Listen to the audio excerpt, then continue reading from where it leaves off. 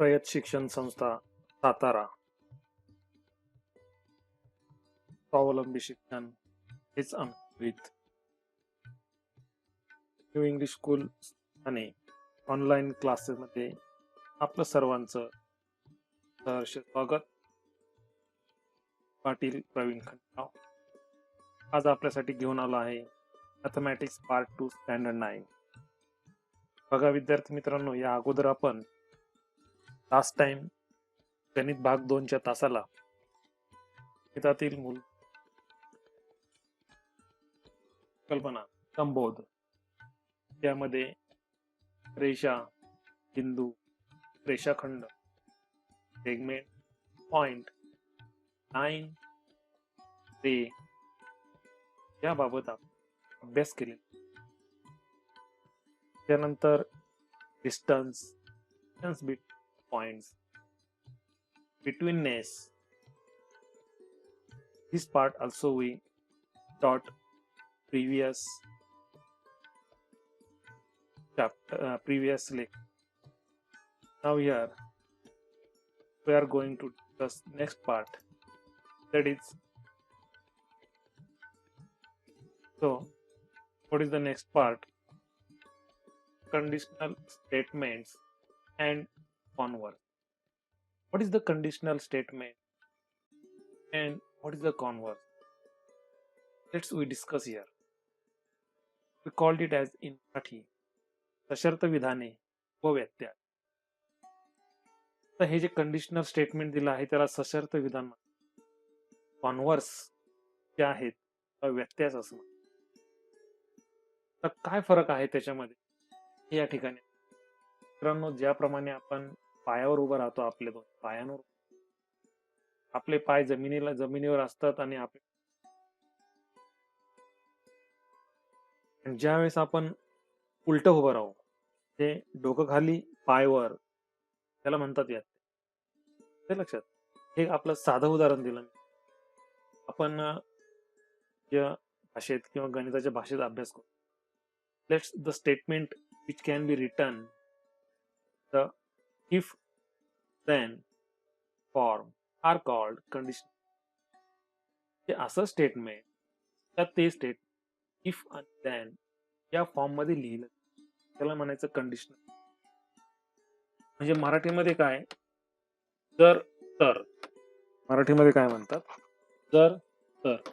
आता जर तर या पासून तयार होणारे वाक्य आपल्याला नेहमी परिचित आहेत. आई सहज म्हणते, जर तू परीक्षेत चांगले गुण मिळवले तर मी तुला सायकल घेऊन दे. बरोबर आहे का नाही?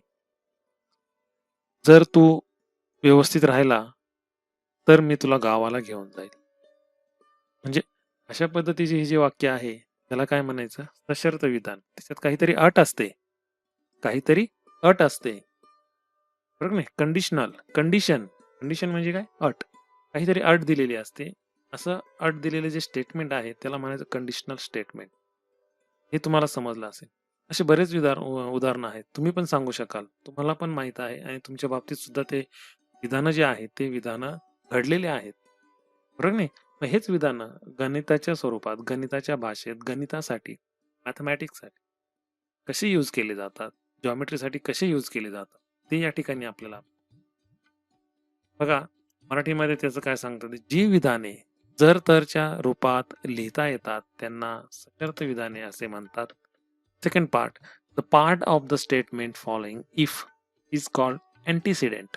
अँटीसिडेंट म्हणजे काय बघा, जरने सुरू होणाऱ्या विधानास पूर्वार्ध म्हणतात.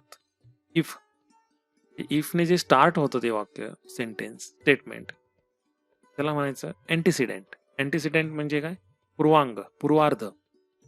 पिक्चर बघतात, पूर्वार्ध असतो म्हणजे इंटरव्हलच्या अगोदरचा भाग, बरोबर, आणि इंटरव्हलच्या नंतरचा भाग उत्तरार्ध. इथे सुद्धा तसंच आहे मित्रांनो. इफ पासून देनच्या अगोदर जे असतं ते असतं पूर्वार्ध, अँटीसिडेंट, आणि देन नंतर जे असतं त्याला म्हणायचं उत्तरार्ध. पुढे बघूयाच. बघा, the part following then is called the consequent. म्हणजे तरने सुरू होणाऱ्या विधानास उत्तरांग म्हणजे उत्तरार्ध म्हणतात. उत्तरांग म्हणजे उत्तरार्ध, लास्ट पार्ट असं म्हटलं जातं. पुढे बघूया. कॉन्व्हर्स. हे भाग समजला ना तुम्हाला? समजला असेल असं मी गृहीत धरतो आणि पुढे जातो. कंडिशनल स्टेटमेंट तुम्हाला लक्षात आलं असेल. इफ आणि त्यांच्या स्वरूपात जे विधान लिहिलं जातं त्याला कंडिशनल स्टेटमेंट म्हणतात. त्याचे दोन प्रकार आहे.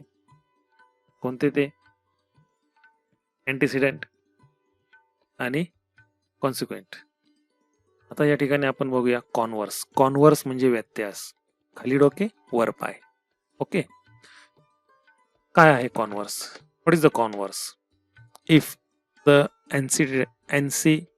antecedent if the antecedent and consequent in a given conditional statement are interchanged, the resulting statement is called the converse of the given statement.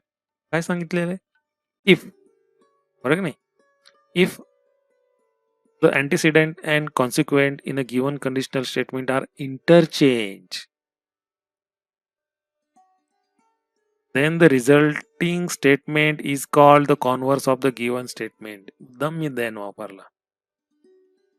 जर अँटीसिडेंट आणि कॉन्सिक्वेंट मध्ये जर या दोघांमध्ये कंडिशनल स्टेटमेंट जर त्यांचे इंटरचेंज केले, म्हणजे अँटीसिडेंटला इफला देन नंतर टाकलं आणि देन नंतरचं जे स्टेटमेंट आहे ते इफ नंतर टाकलं, जे नवीन विधान मिळतं त्याला म्हणायचं कॉन्व्हर्स. कोणाचा? जे मूळ विधान आहे त्याचं कॉन्व्हर्स.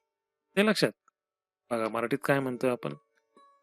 एखादे सशर्त विधान दिलेले असेल आणि त्यात पूर्वार्ध व उत्तरार्ध यांच्यात अदलाबदल केलेली असेल तर मिळणाऱ्या विधानास त्या विधानाचा व्यत्यास असे म्हणतात. काय म्हणतात? व्यत्यास असे म्हणतात. बघूया पुढे. सर्वात महत्वाचं वाक्य लक्षात घ्या. If a conditional statement is true, जे कंडिशनल स्टेटमेंट केलं जातं त्यांमध्ये जे कंडिशनल स्टेटमेंट दिलं जातं ते जर ट्रू असेल, it's converse is not necessarily true, म्हणजे त्याचं जे कॉन्व्हर्स आहे कंडिशनल स्टेटमेंट जर सत्य असेल पण ते कॉन्व्हर्स स्टेटमेंट जे आहे ते converse statement is not necessarily true, ते बरोबरच असेल असं नाही. आलं लक्षात? कंडिशनल स्टेटमेंट सशर्त विधान हे जरी सत्य असलं तरी त्याचं जे व्यत्यास आहे कॉन्व्हर्स आहे तो बरोबर असेलच असं नाही. उदाहरणार्थ उदाहरण घेऊन आपण या ठिकाणी घेऊया. बघा या ठिकाणी मराठीत सांगितलेलं आहे, एखादी सशर्त विधान सत्य असेल तर त्याचा व्यत्यास हा सत्य असतोच असे नाही. ते लक्षात.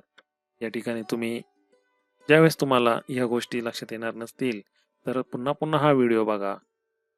पुन्हा पुन्हा तुम्ही म्हणजे मी जो व्हिडिओ जो आहे तो अपलोड करणार आहे यूट्यूबला आणि तो व्हिडिओ तुम्ही पुन्हा पुन्हा बघायचा, जेणेकरून तुम्हाला जो भाग समजला नसेल तो भाग तुम्हाला समजण्यास मदत होईल.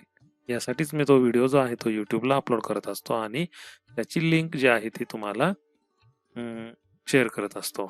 आजच्या या लाईव्ह लेक्चरमध्ये आपलं हे जे आहेत कॉन्व्हर्स हा पार्ट चालू आहे. बघा आता काय दिलेलं आहे, जर कंडिशनल स्टेटमेंट ट्रू असेल तर कॉन्व्हर्स जो आहे तो ट्रू असेलच असं नाही, नॉट नेसेसरी. काय आहे उदाहरण घेऊन बघूया. Conditional statement here given, if a quadrilateral is a rhombus then its diagonals are perpendicular bisector of each other. Quadrilateral चौकोन कोणता? रोम्बस समभुज. त्यांनी म्हटलं आहे जर if a quadrilateral is rhombus, जर दिलेला चौकोन हा समभुज असेल then its diagonals are perpendicular bisectors of each other, तर त्याचे कर्ण परस्परांचे लंब दुभाजक असतात. परपेंडिक्युलर बायसेक्टर म्हणजे लंब दुभाजक असतात. कळालं हे वाक्य? कंडिशनल स्टेटमेंट काय दिलेलं आहे? इफ क्वाड्रिलॅटरल इज रोम्बस, जर दिलेला चौकोन समभुज असेल then its diagonals are perpendicular bisectors of each other, तर त्याचे कर्ण जे आहेत ते लंबदुभाजक परस्परांचे लंबदुभाजक असतात, हे या ठिकाणी दिलेलं आहे. मग आता याचा कॉन्व्हर्स काय येणार आहे? कॉन्व्हर्स काय सांगतो? इफ नंतरचं जे वाक्य आहे ते दॅन नंतर टाकायचं, दॅनचं वाक्य दॅन नंतरचं वाक्य इफ नंतर टाकायचं. तर इफ आणि दॅन ॲज इट इज ठेवायचे, no change their position. Okay, what is the converse here? If the diagonals of a quadrilateral are perpendicular, काय म्हटलेलं आहे? Diagonals of a quadrilaterals are perpendicular, बघ नाही. आता हे काय दिलेलं होतं? इकडे दॅन नंतर दिलेलं होतं, ते तुम्हाला इट्स डायगोनल्स आर परपेंडिक्युलर दिलं होतं की नाही? ते आता आपण काय केलं? इफ नंतर लिहिलं. If the diagonals of quadrilateral are perpendicular bisector of each other, बरोबर नाही? एकही शब्द मी ड्रॉप केलेला नाही. काय म्हटलेलं आहे? इफ द डायगोनल्स ऑफ, आता आरच्या ऐवजी ऑफ घेतलं, ऑफ सॉरी आहे, आर पण आहे. If the diagonals of quadrilaterals are perpendicular bisector of each other, then it is a rhombus. It is rhombus. काय झालं रे? फक्त क्वाड्रिलॅटरल शब्द आलेला आहे पहिल्यांदा, बाकीचं काहीच नाही, बाकीचं फक्त इंटरचेंज झालेलं आहे. ते लक्षात. जर कर्ण परस्परांचे लंबदुभाजक असतील तर चौकोनाचे कर्ण परस्परांचे लंबदुभाजक, तर तो समभुज. पहिल्या वाक्यात काय दिलंय? जर चौकोन समभुज असेल, चौकोन, तर त्याचे डायगोनल कर्ण परस्परांचे लंबदुभाजक. कॉन्व्हर्स मध्ये काय सांगितलंय? तर चौकोनाचे कर्ण परस्परांचे लंबदुभाजक तर तो, ते लक्षात. आता या ठिकाणी बघा, in the above example the statements and the converse both are true.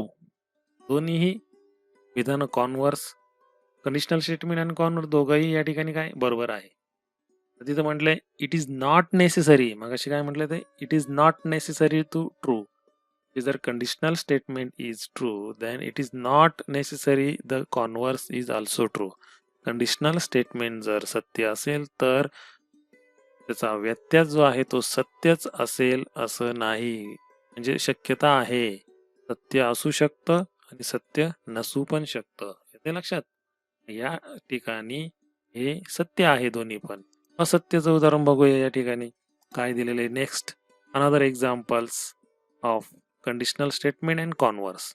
What is the conditional statement?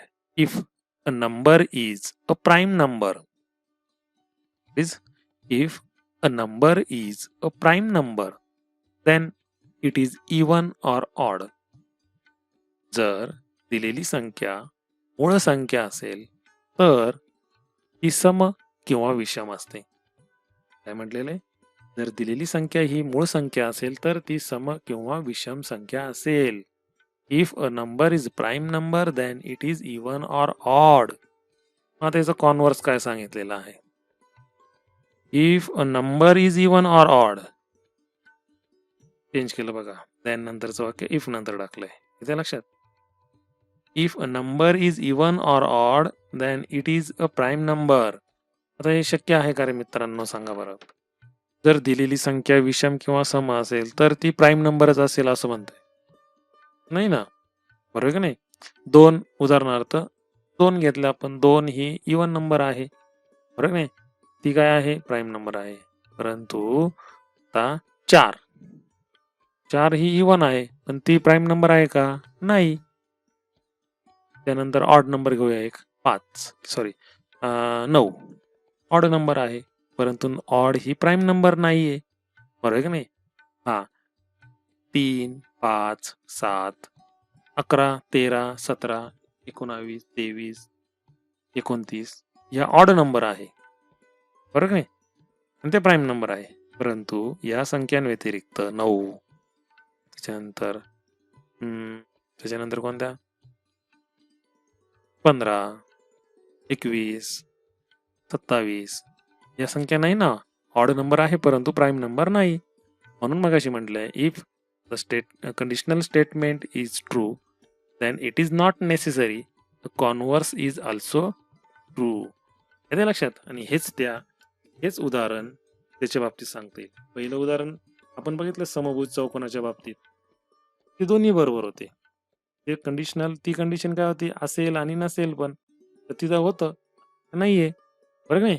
In the above example the statement is true but converse is false. Okay, समजलं हे? समजलं का? ओके. बघा, online चालू आहे YouTubeला हा पहिलाच प्रयोग आहे. या ठिकाणी तुम्हाला जे कळालं नसेल ते कमेंट बॉक्समध्ये त्या ठिकाणी तुम्ही चॅट करू शकतात, सांगू शकतात. मी तुम्हाला त्यावरती मार्गदर्शन सविस्तर करेल व्हॉट्सअप ग्रुपला आपल्या. बघा, आता प्रूफ सिद्ध काय करायचंय बघा. काय आहे हे? युक्लिड नावाचे हे शास्त्रज्ञ बरं का मित्रांनो, गणितातील थोर शास्त्रज्ञ आहेत, थोर गणितज्ञ आहेत. काय आहे ते बघूया. We have studied many properties of angles.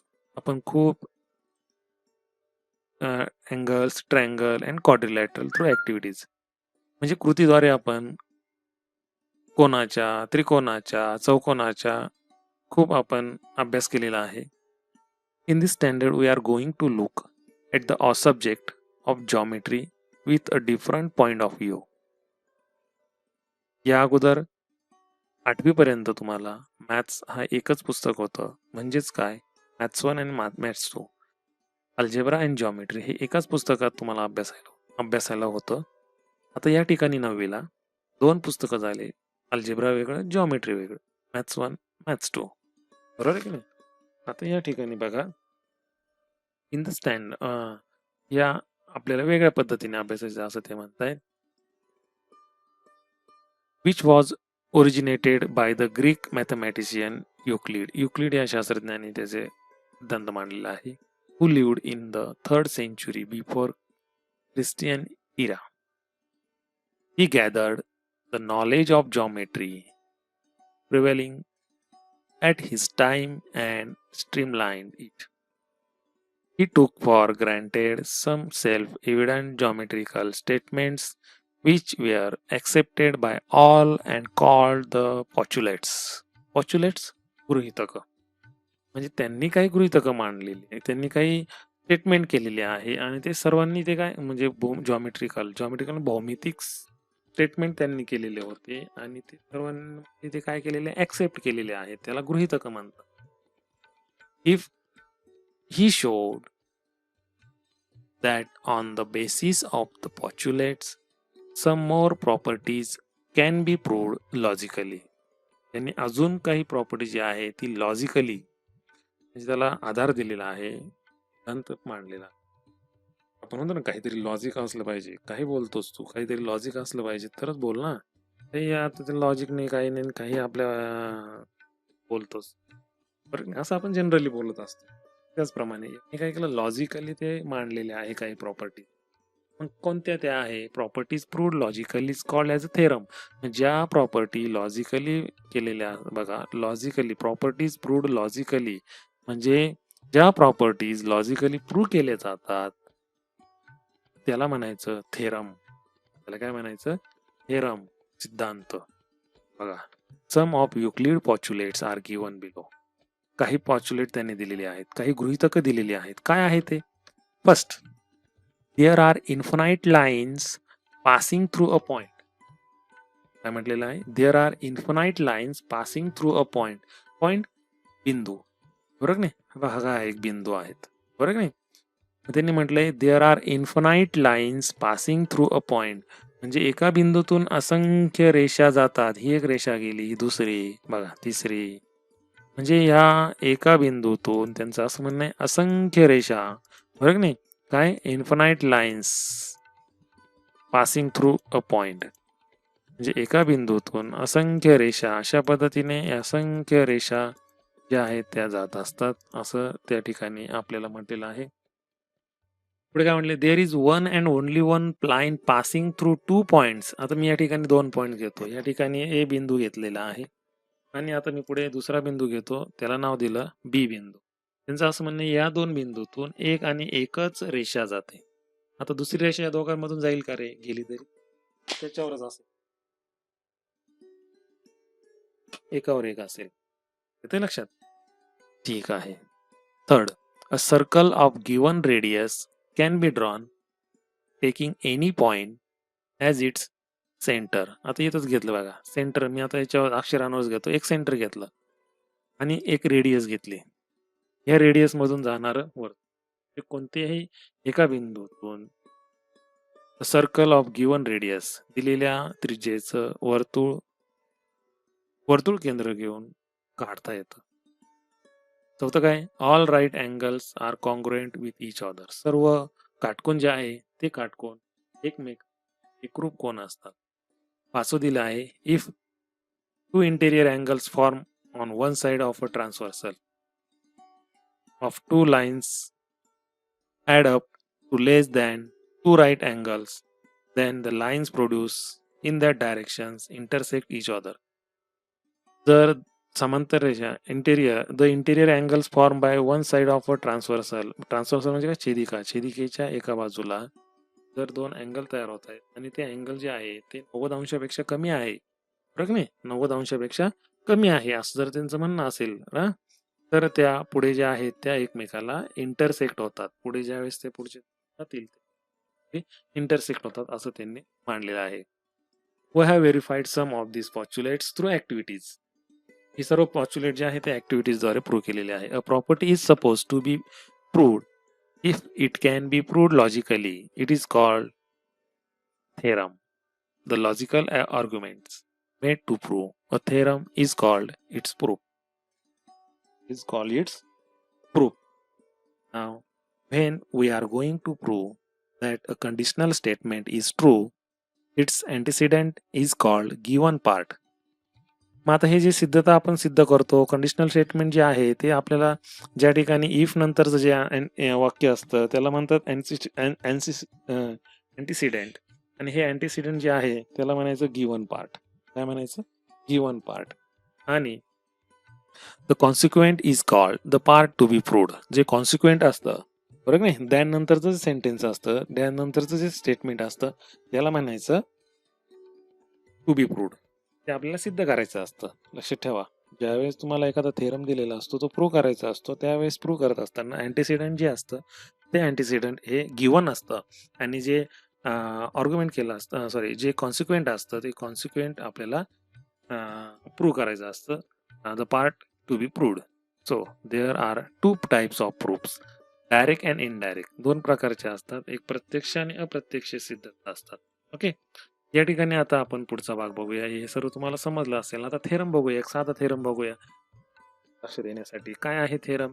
बघा, the opposite angles form by two intersecting lines are of equal measures. Opposite angles form by two intersecting lines म्हणजे दोन रेषा ज्यावेळेस एकमेकांना छेदतात त्यावेळेस तयार होणारे जे विरुद्ध कोन असतात ते एकरूप असतात. बघा, आता हे दिलेलं आहे, सिद्धता पुस्तकात पण आहे. Given line AB and line CD intersect at point O such that AOB A dash O dash B म्हणजे हे काय आहे, एक रेषीय आहेत, लिनियर आहेत, एक रेषीय आहेत, एकाच रेषेवर आहेत. C dash O dash D हे सुद्धा एकाच रेषेवर आहेत. तर काय म्हणणं आहे, काय प्रूव्ह करायचं आहे या ठिकाणी? तर बघा, ही रेषा AB, ही रेषा CD. तू प्रूव्ह काय करायचं, अँगल AOC, अँगल AOC आणि अँगल BOD हे अपोजिट अँगल आहे, हा आणि हा. त्याच्यानंतर दुसरा कोणती जोडी आहे, angle BOC and angle AOD. दोघं काय आहे, दोन जोड्या, दोन अपोजिट अँगलच्या जोड्या आहेत, पेअर आहेत, ते आपल्याला प्रूव्ह करायचे. तसे प्रूव्ह करायला खूप सोपं आहे. बघा, अँगल AOC आणि अँगल BOC हे काय आहे, लिनियर पेअर अँगल आहेत. हे एक रेषीय म्हणजे रेषीय जोडीतील कोण आहेत. रेषीय जोडीतील कोण म्हणजे काय, समजा ही लाईन घेतली आणि ही एक किरण गेला, त्यांची बघा इथं दोन कोन तयार झाले. आता या दोन कोनांमध्ये एक भुजा कॉमन आणि दुसरी भुजा जी असते, दुसरी आर्म जी असते ती काय असते, अपोजिट साईडला गेलेली असते. बरोबर नाही, असे जे अँगल असतात त्यांना म्हणायचं लिनियर पेअर अँगल. आणि या दोघांची बेरीज किती असते, 180. हेच या ठिकाणी लिहिलं आहे. त्यानंतर दुसरं सुद्धा BOC आणि BOD हे दोघं सुद्धा 180. सेम कंडिशन, सेकंड नंबर दिला आणि अँगल्स इन लिनियर पेअर. आता 180 right hand sides are equal, so we get left hand side also equal, and here BOC both are the same. We cancel here. Here, what is the remaining part? Angle AOC and angle BOD is equal. Means the opposite angles are same. Similarly, we can easily prove angle BOC equal AOD. Okay, हे समजलं असेल तुम्हाला. या ठिकाणी विरुद्ध कोण हे एक रूप असतात. रेषेजोडीतील कोणांचा गुणधर्म जो आहे 180 बेरीज असते तो वापरलेला. हं? ठीक आहे, पुढचा भाग बघूया. चला तर विद्यार्थी मित्रांनो, या ठिकाणी आपण प्रॅक्टिस सेट कडे जाऊया. आतापर्यंत जे आपण अभ्यासलेलं आहेत या प्रकरणातलं त्या सर्वांवर आधारित हे प्रॅक्टिस सेट जो आहे तो आपण एक प्रॅक्टिस सेट केला आहे. हा दुसरा प्रॅक्टिस सेट अभ्यास केले त्या घटका आहे. बघा, प्रॅक्टिस सेट 1.3 या ठिकाणी first question, write the following statements in if than form. खाली दिलेली काही विधानं जी आहेत ती जर तरच्या रूपामध्ये आपल्याला लिहायची आहे. या ठिकाणी first is the opposite angles of a parallelograms are congruent. काय म्हटलेलं आहे? द ऑपोजिट अँगल, विरुद्ध कोण कोणाचे रे? पॅरलोग्रामचे, समांतरभुज चौकोनाचे. आर कॉन्ग्रुएंट हे एकरूप असतात. म्हणजे समांतरभुज चौकोनाचे विरुद्ध कोण हे एकरूप असतात. या ठिकाणी आपल्याला हे विधान दिलेलं आहे. आता हेच आपल्याला इफ आणि दॅनचा वापर करून लिहायचं. मग कसं येईल रे विद्यार्थी मित्रांनो? या ठिकाणी बघा काय आन्सर येईल त्याचं. If a quadrilateral is parallelogram. आता हा क्वाड्रिलॅटरल शब्द टाकला कारण तो पॅरलोग्राम आहे. पॅरलोग्राम असल्यामुळे तो क्वाड्रिलॅटरल हा शब्द आपण टाकलेला आहे, वर्ड यूज केलेला आहे. If a quadrilateral is parallelogram than, बघा आणि दॅनचं यूज झालेलं आहे. If a quadrilateral is a parallelogram then opposite angles of that quadrilateral are congruent. आलं लक्षात? जर दिलेला चौकोन हा समांतरभुज चौकोन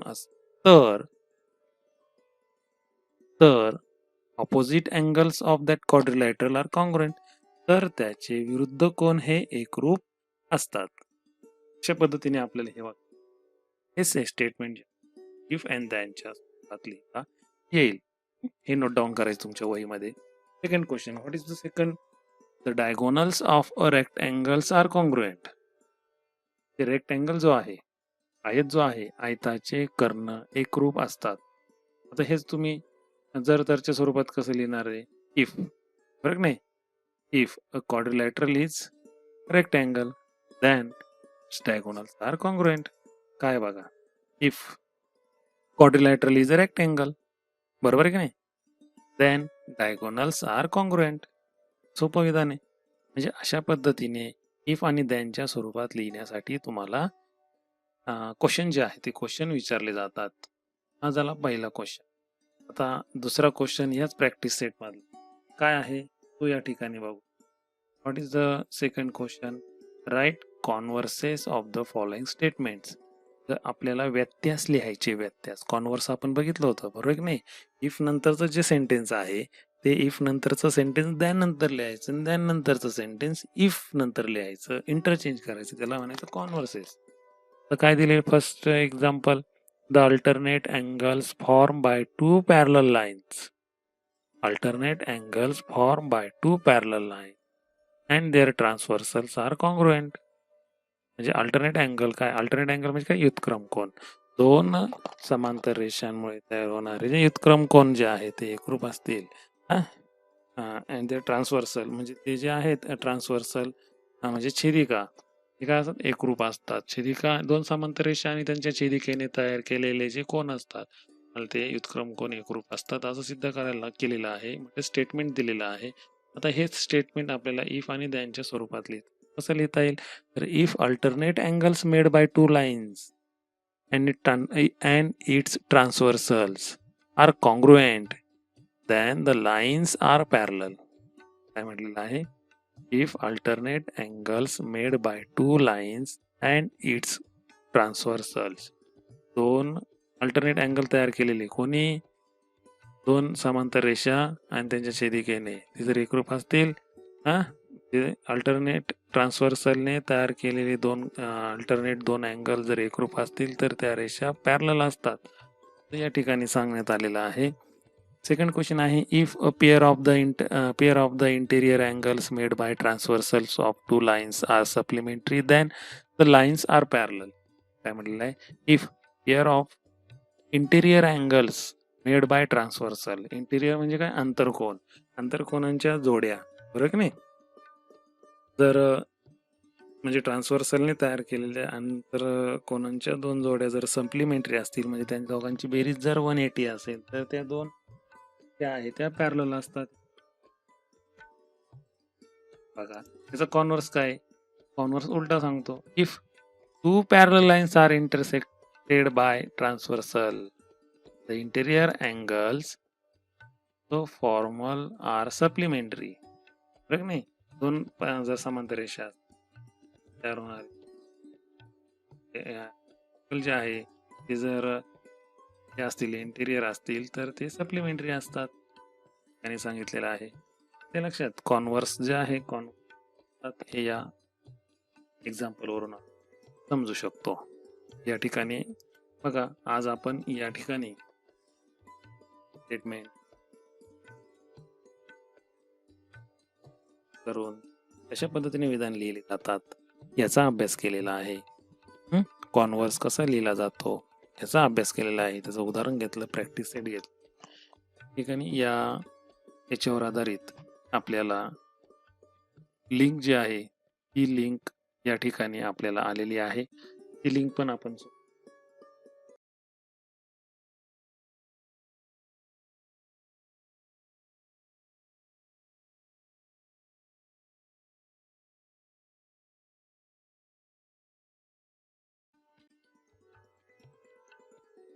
चला तर विद्यार्थी मित्रांनो, या ठिकाणी आज आपण आपली जी लिंक जी आहे ती लिंक सोडवूया.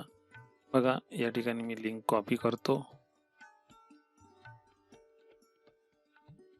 कॉपी केल्यानंतर या ठिकाणी पेस्ट करायची आहे आणि पेस्ट केल्यानंतर या ठिकाणी ती ओपन होणार आहे. ओपन झाल्यानंतर बघा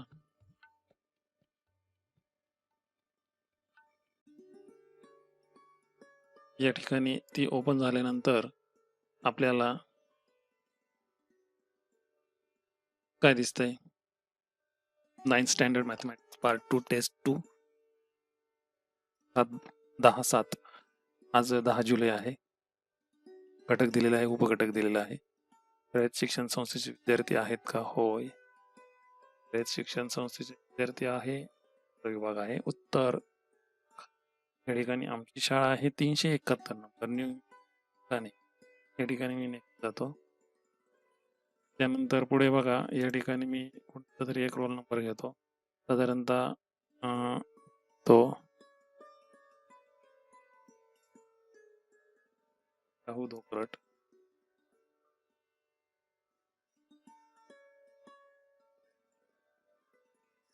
स्टँडर्ड 9.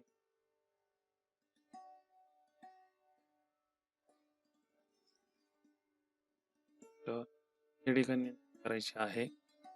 या ठिकाणी बघा आपण जे अभ्यासलेलं आहे, दोन रेषा त्यांनी छेदिकेले परस्पर कोन समान मापाचे असतात हे या ठिकाणी दिलेलं आहे. त्याच्यानंतर व्हिडिओ दिलेला आहे तो बघायचा, तेच भाग सेमीमध्ये दिलेला आहे. तर आता या ठिकाणी आज आपण जो काही घटक अभ्यासलेला आहे त्याच्यावर आधारित आपण ही लिंकमधील काही 10 क्वेश्चन जे ते सोडवणार. पहिला क्वेश्चन जो आहे म्हणजे मराठीत पण आहे आणि इंग्रजीमध्ये पण. सर्वमान्य स्वयंसिद्ध भौमितिक विधानांना टिंबटिंब म्हणतात. Self evident geometrical statements which are universally accepted are called as a postulate. गृहीतक म्हणतात, बरोबर की नाही? गृहीत केलं जातं ते गृहीत केलं जातं तर ते सिद्ध केलं. तो काय दिलेला आहे? तर्कशुद्ध मांडणीने सिद्ध केलेल्या गुणधर्मांना टिंबटिंब म्हणतात. तर हा ते आपण तर्कशुद्ध मांडणी केलेली असते. Properties proved logically are called. आपण ज्यावेळेस युक्लिडची हिस्ट्री आपण बघत होतो त्यावेळेस हा क्वेश्चन होता, म्हणजे हे दिलेलं होतं ते सेंटेन्स. त्याला काय म्हटलं? थेरम असं म्हटलं जातं. काय म्हटलं जातं? थेरम, प्रमेय. लॉजिकली प्रूव्ह केलं जातं ना, त्याला थेरम म्हटलं जातं. बघ, त्रिकोणाच्या 3 कोणांच्या मापांची बेरीज 100. आता हाच थेरम, हा थेरमच आहे ना, थेरमच आहे. Opposite angle form by intersecting lines are of equally measure. थेरमच आहे हा. ठीक आहे. Third question. एखादे सशर्त विधान दिले असेल आणि त्यातील पूर्वांग व उत्तरांग यांची अदलाबदल केली तर मिळेल मूळ विधानाचा टिंबटिंब हे आहे असे म्हणतात. If the antecedent and consequent in a given conditional statement are interchange, बदल केला जातो. इंटरचेंज केल्यानंतर काय होतं रे? कॉन्व्हर्स तयार होतो. So simple. ओके, ठीक आहे ना. बघा, if conditional statement is dash dash it's converse is not necessarily. मगाशी आपण त्याच्यावरती 2 उदाहरणं पण घेतलेली होते, बरोबर आहे का नाही? काय घेतलेलं आहे उदाहरण रे? If a given number is some or even then it is a prime number. Prime number असेलच असं नाही ना, बरोबर की नाही? म्हणजे बघा, if the given number is prime then it is some or even, हे स्टेटमेंट होतं ना, हे ट्रू होतं, बरोबर की नाही? तर ट्रू इथं पण ट्रू आहे, बरोबर की नाही? Then its converse is not necessarily true, बरोबर की नाही? म्हणून पर्याय क्रमांक 3. पुढील कोणते सिद्धतेचे प्रकार आहेत? Which are the types of proof. 2 प्रकार होते, डायरेक्ट इनडायरेक्ट. तिथे डायरेक्ट आहे, इनडायरेक्ट आहे, बोथ डायरेक्ट अँड इनडायरेक्ट आहे, both direct and direct. There are dash dash line passing through a point. एका बिंदूतून जाणाऱ्या टिंब रेषा असतात. एका बिंदूतून किती रेषा जातात आपण काढून बघितलं ना. जर आपण युक्लिड हिस्ट्री बघत होतो त्यावेळेस असंख्य, infinite. Very good. Complete the following activity. खालील कृती पूर्ण करायची आहे. 2 पॉईंट दिसत आहेत, ए अँड बी, हे सुद्धा घेतलेलं, बरोबर नाही? There is dash dash and dash dash line passing through 2 points. 2 बिंदूतून टिंबटिंब आणि टिंबटिंब रेषा जातात. 2 बिंदूतून ओनली वन रेषा जाते. एक आणि एकच रेषा जाते, लक्षात घ्या. 8 number, question number 8. How many lines are determined by 3 distinct point. 3 भिन्न बिंदूंना समाविष्ट करणाऱ्या किती रेषा असतात? 3 भिन्न बिंदूंना, 3 भिन्न 3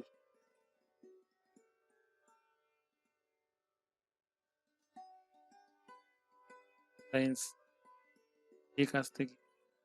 जर ती रेषा लिनियर म्हणजे एकाच रेषेत असतील, लिनियर असतील तर एक रेषा जातील. 3 वेगवेगळ्या बाजूला असतील तर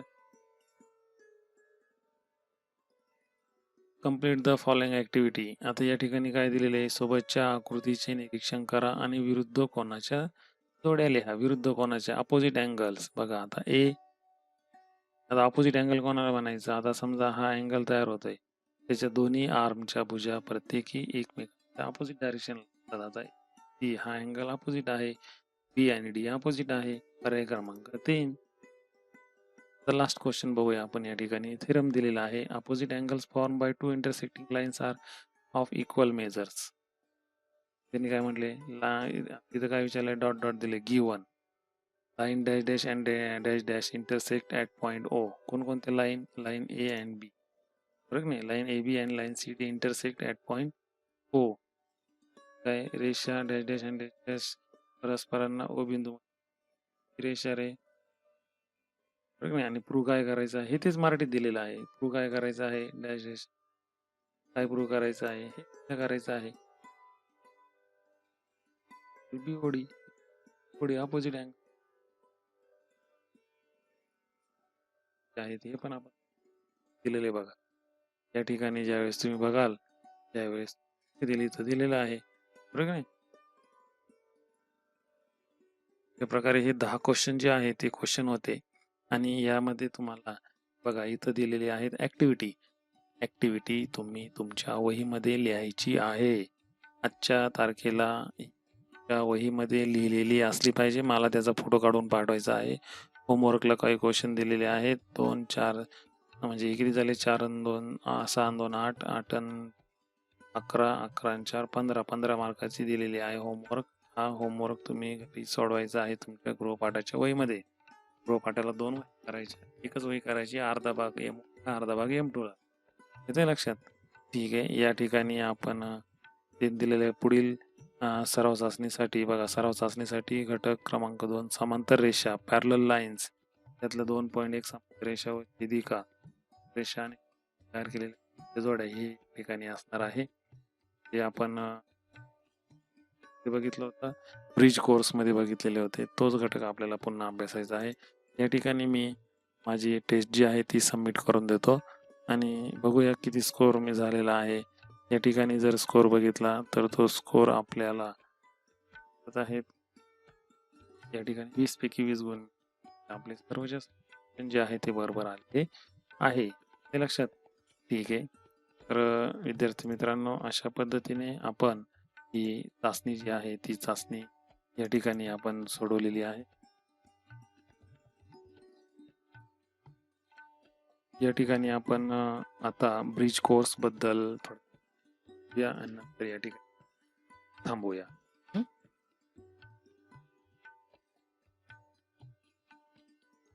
बघा, ओपन बोर्ड सॉफ्टवेअर मी ओपन करतो. त्या ठिकाणी मी माझे ब्रिज कोर्सचं बुक जे आहे ते बुक्स ठेवलेलं आहे.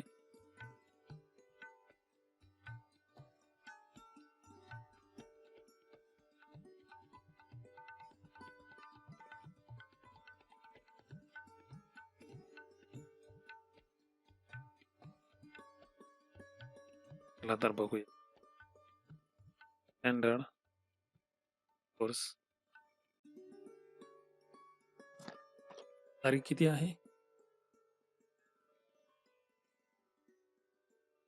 10. आपल्याला 10 नंबरचं पेज येईल. 10वा 1 तारखेला सुरू झालं ना. प्रत्येक दिवसाचं तुम्ही तुमच्या वहीमध्ये लिहायचं आहे. हे लिहिलेलं सर्व 15 ऑगस्ट रोजी चेकिंग तपासायचं आहे. लक्षात घ्या, हा 10वा दिवस. परिमेय संख्येतील क्रमसंबंध लहान मोठेपणा ठरवायचा आहे. बघा कसं दिलेलं आहे. 3/2 आणि 2/3 यांचा लहान मोठेपणा ठरवायचा. कोणती मोठी आहे? आता याचा छेद जो आहे पहिल्याचा 2, दुसऱ्याचा 3. छेद जर सारखे असते तर अंशांची आपण काय केले असते? अंशांची तुलना केली असते. पण या ठिकाणी छेद दोघंही काय आहे? वेगवेगळे आहेत. अशा वेळेस काय करायचं? तिरकस गुणाकार करायचं. म्हणजे पहिल्या अपूर्णांकाला दुसऱ्याच्या छेदाने गुणायचं. बघा 3/2 ला 3 ने गुणलं झालं 9/6. जो दुसरा आहे 2/3 त्याला पहिल्याच्या छेदाने गुणलं किती आहे तो? 2/3 गुणिले 2 झाले 4/6. आता छेद सारखा झाला. छेद सारखा झाल्यानंतर या ठिकाणी आपण काय करणार आहोत? आता याची तुलना करणार आहोत. छेद सारखा आहे. हा छेद सारखा आहे. छेद सारखा असल्यानंतर काय होणार आहे? या ठिकाणी अंशांची तुलना करायची. मग अंशस्थानी न्यूमरेटरला काय आहे? 9 आणि 4 कोण मोठा आहे? हा 9 मोठा आहे 4 पेक्षा. हा 9/6 कोणाचं रूपांतर केलं होतं आपण? याचं रूपांतर केलं होतं. म्हणून पण या ठिकाणी 3/2 हा 2/3 पेक्षा मोठा आहे. या ठिकाणी आपण संख्या रेषेवर डावीकडील संख्या उजव्या बाजूच्या संख्येपेक्षा लहान असते हे नेहमी लक्षात ठेवा. आणि ऋण संख्या ही धनसंख्यापेक्षा नेहमी लहान असते. हे पण आपल्याला या ठिकाणी सांगता येणार आहे. पुढे बघा, नियमांचा अभ्यास बघा. ऋण संख्या नेहमी धनसंख्येपेक्षा लहान असते म्हटलं नाहीत का? ठीक आहे. आता